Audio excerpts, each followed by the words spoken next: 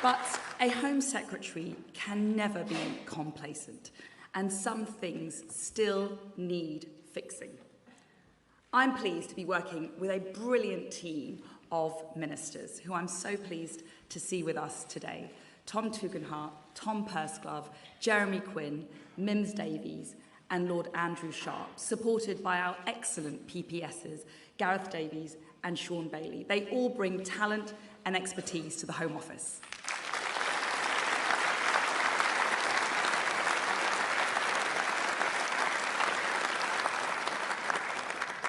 Now, the Prime Minister and I want to see homicide, serious violence and neighbourhood crime fall by 20%. Some of our most committed and courageous people serve in the police. In Belfast,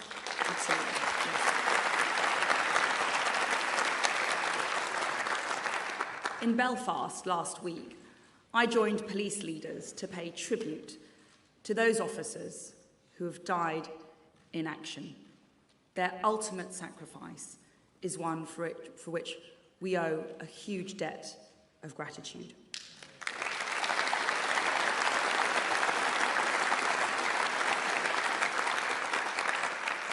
So yes, I'm immensely proud of our police. Now, many on the left, they want to defund the police. Well, I say to the militants, I say to the anarchists and the extremists, no, I will always back our police men and women.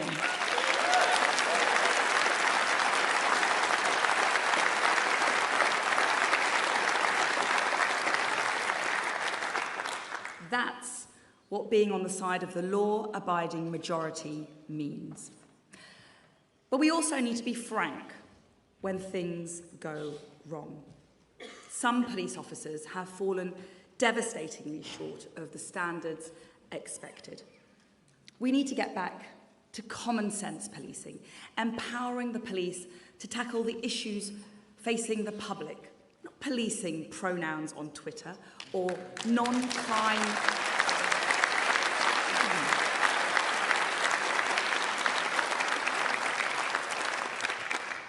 Not policing non-crime hate incidents. That's why I'm very pleased to see that Greater Manchester Police, Hampshire, Bedfordshire, Northamptonshire and the Metropolitan Police have all promised now to visit the scene of every burglary.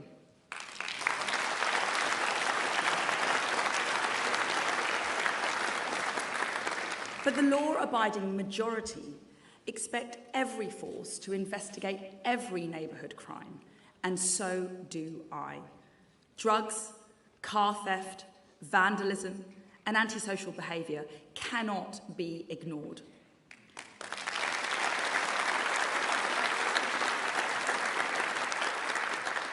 Perhaps the most unsettling and unspeakable crime of all is rape. Now, as an MP and as the Attorney General, I've already seen firsthand how the system needs to do better. I can't change things overnight, but I will not accept the status quo.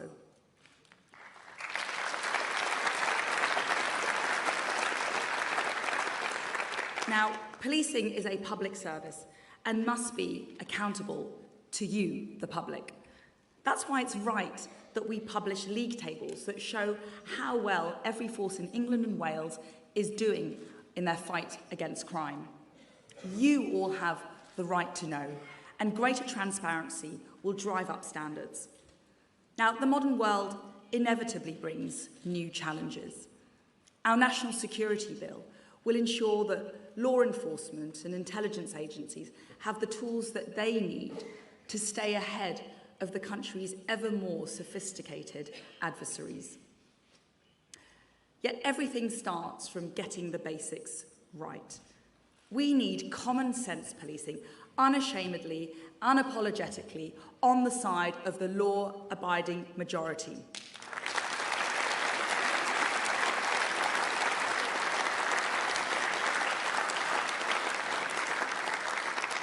And that means that the mob needs to be stopped. The police must have all the powers that they need to stop the protesters who use guerrilla tactics and bring chaos and misery to the law-abiding majority.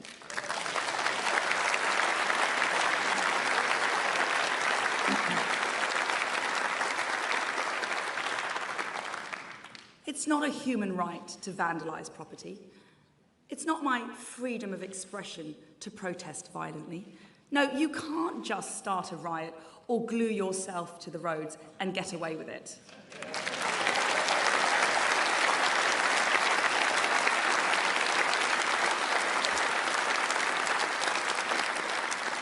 Yes, friends, as Attorney General, I had to go to court to get some of these simple truths established.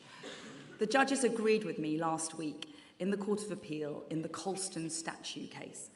And that's why our Public Order Bill will empower our police to stop this nuisance. So whether you're Just Stop Oil or Insulate Britain or Extinction Rebellion, you cross a line when you break the law, and that's why we'll keep putting you behind bars.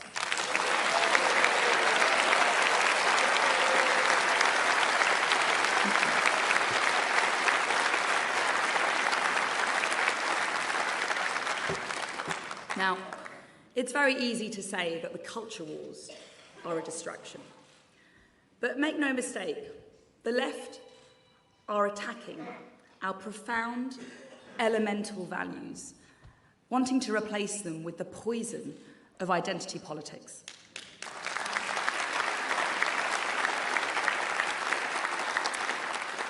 And when this poison seeps into the public sphere, it distracts our public servants from doing their real job.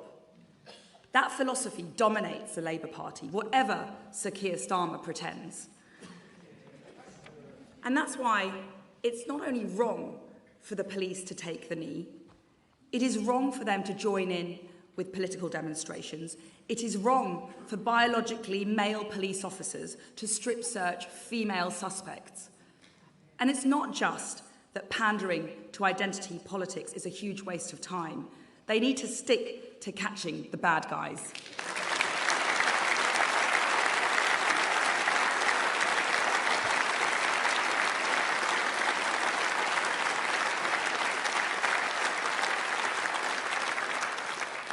Now, those who dismiss political correctness as a conservative obsession, I say this. I say visit Rochdale, visit Telford.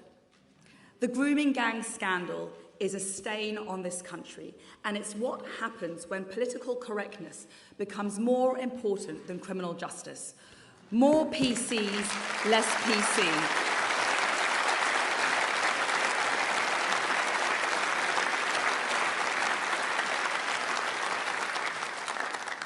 Now, my other mission is to control our borders. Firstly, legal migration. Now, I backed Brexit because I wanted Britain to have control over our migration and to cut overall numbers. Brexit was meant to give us a say on how we determine our own migration policy.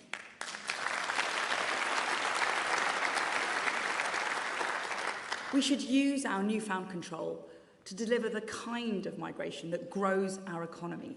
For example, that helps projects that have stalled or builds friendships and relationships with our allies. But the truth is, parts of our system aren't delivering.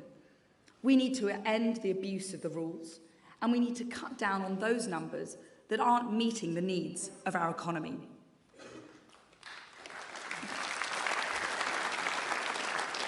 And we mustn't forget how to do things for ourselves. There is absolutely no reason why we can't train up enough of our own HGV drivers or butchers or fruit pickers. The way we build a high-skilled, high-wage economy is by encouraging business to invest in capital and domestic labour, not relying wholly on low-skilled foreign workers.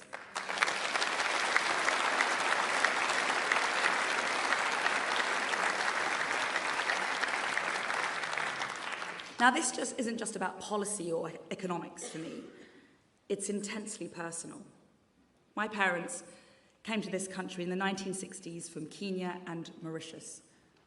They loved Britain from afar as children of the Commonwealth. It was Britain that offered them security and opportunity as young adults. I'm not embarrassed to say that I love Britain.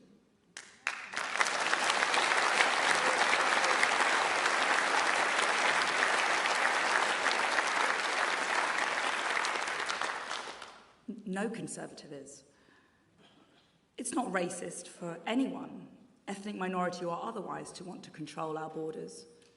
It's not bigoted to say that we have too many asylum seekers who are abusing the system. It's not xenophobic to say that mass and rapid migration places pressure on housing, public services, and community relations. I reject the left's argument that it is hypocritical for someone from an ethnic minority to tell these truths.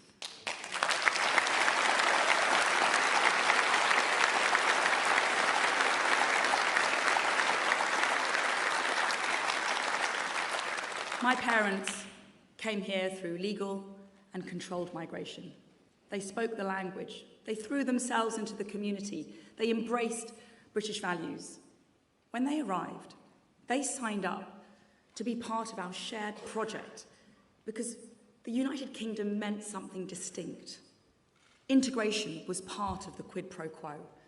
Now, that didn't mean abandoning their heritage, but it did mean adopting British identity, an identity of which we should all be proud.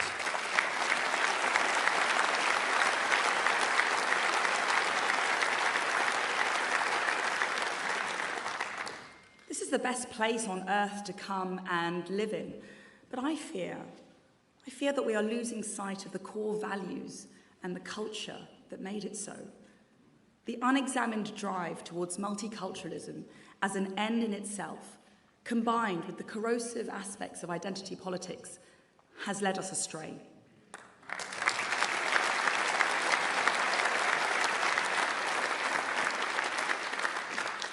I saw this when I went to Leicester recently, a melting pot of cultures and a beacon of religious harmony.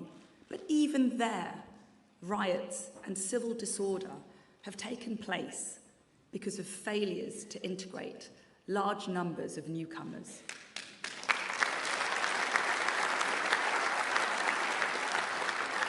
Such conflict has no place in the UK.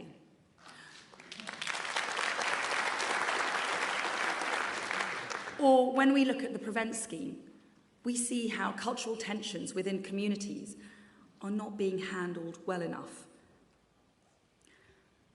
The murderer of our much-missed dear friend, Sir David Amess, had been referred to Prevent, but it couldn't stop him. We cannot, as a people, be cowed into fear by vocal minorities who attempt to undermine our common sense instincts. And as Home Secretary, I will make sure that Prevent is fit for purpose. The law-abiding majority deserve nothing less.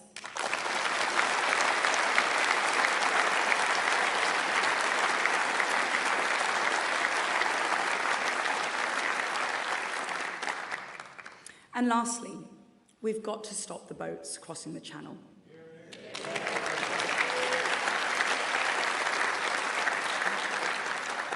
This has gone on for far too long. But I have to be straight with you. There are no quick fixes, and the problem is chronic.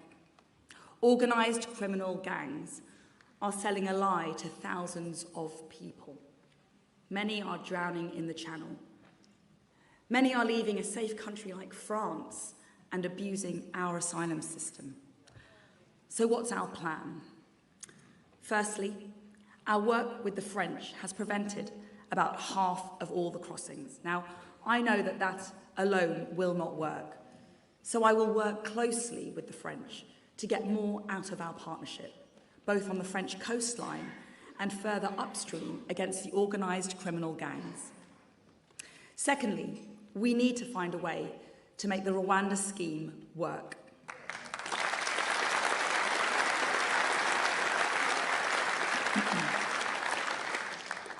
Thirdly, we need to do more to get asylum seekers out of hotels, currently costing the British taxpayer £5 million a day.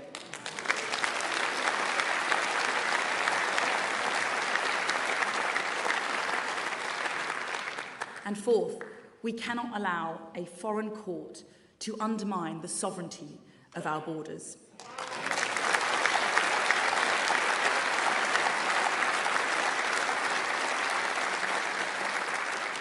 For a few months ago, the European Court of Human Rights in Strasbourg did just that.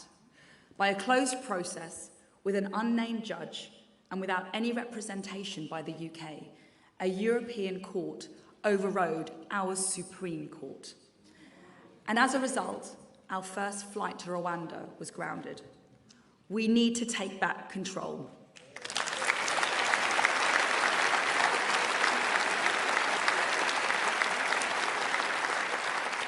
But friends, I need to be honest with you. The Strasbourg court is not the only problem. Now, everyone agrees that we must fight the evil of modern slavery. I'm immensely proud of this country's global leadership in protecting genuine victims. But the hard truth is that our modern slavery laws are being abused by people gaming the system. We've seen a 450% increase in modern slavery claims since 2014. Today, the largest group of small boats migrants are from Albania, a safe country. Many of them claim to be trafficked as modern slaves. That's despite them having paid thousands of pounds to come here or having willingly taken a dangerous journey on the Channel. The truth is that many of them are not modern slaves, and their claims of being trafficked are lies. And it's not just illegal migrants. Since entering the Home Office, I have seen egregious examples of convicted paedophiles and rapists trying to game the system, making last-minute claims of modern slavery to block their removal from the country. Some have even gone on to commit further crimes in the interim. In one case, a convicted sex offender from South Africa had spent a year in prison. He was about to be deported from the United Kingdom, and lo and behold, he made a claim of modern slavery. Our removal was stalled, and in this time, he went on to commit a further rape. He's now behind bars, but when he's released, well, it's all so terribly predictable. In another case, a paedophile from Pakistan received 10 years in prison, but at the end of his prison sentence, he put in a spurious claim to be a modern slave. And even when he got through that process, he made a second claim, which blocked his removal. We simply cannot go on like this.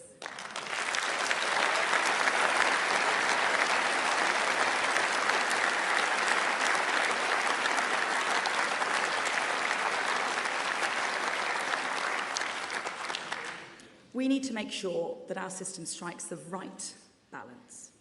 Our laws need to be resilient against abuse, whilst at the same time ensuring that we help those in genuine need. We've got a proud history of offering sanctuary to those in need, from supporting the thousands of BNOs fleeing persecution in Hong Kong, to welcoming nearly 20,000 Afghan nationals fleeing war and terror, to offering immediate refuge to thousands of Ukrainians fleeing Putin's barbarism. The UK and this Conservative government has always been there to hold out the hand of hope to those who need it most.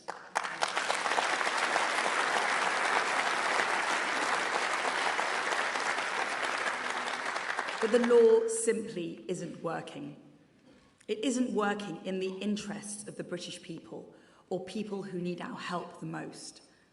Our laws are being abused. Abused by people smugglers and criminals peddling false promises. Abused by people making multiple, meritless and last-minute claims. Abused by tactics from specialist small boat chasing law firms. This cannot continue.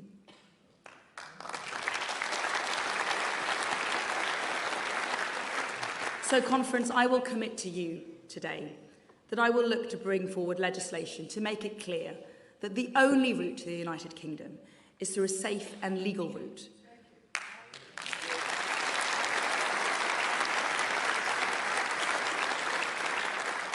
And that's so that we can help support those who need our help the most, including women and girls.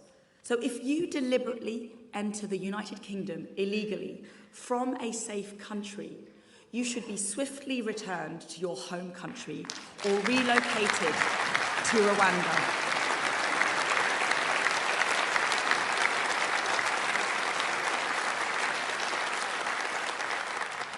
That is where your asylum claim will be considered.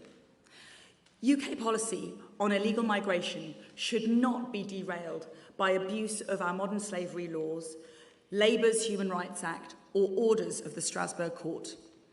And we will always, of course, work within the bounds of international law, but we cannot allow this abuse of our system to continue.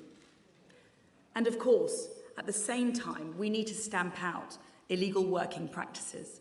We already have some of the toughest penalties for those not playing by our rules, but we will redouble our efforts to go after them. But I need to be straight with you, Conference. This will not be easy. I cannot promise you a solution immediately. We've all heard pledges and promises, but this problem is complex and entrenched. And there are many forces working against us. The Labour Party will try to stop this. The Lib Dem will go bananas.